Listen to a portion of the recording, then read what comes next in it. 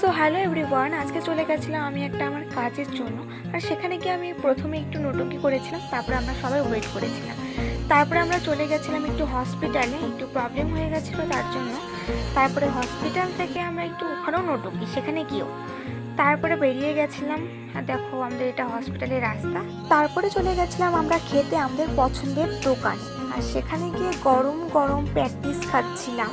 আর এখানকার প্যাটিসটা জানো তো, খুব টেস্টি, তোমরাও একবার খেতে এসো। আমরা প্যাটিস খেয়েছিলাম, তারপরে মোমো খেয়েছিলাম।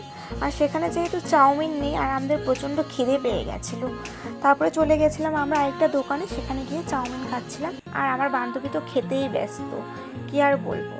তারপরে আমরা সেখান থেকে বেরিয়ে এত গল্প খেতে খেতে তো আজকে বেজে গেছিলো আমাদের প্রায় 9:30, আর বাড়ির থেকে কল করেই যাচ্ছে। তারপরে সেখানে একটু গল্প করছিলাম, তারপরে আমরা হেঁটে হেঁটে যাচ্ছি। আর তারপরে আমাদের মনে পড়ছে আমরা আইসক্রিম খাবো, কিছু একটা খাইনি। তারপরে আমরা আইসক্রিম খেয়েছিলাম। তো আজকে মিনি ব্লগটাই তো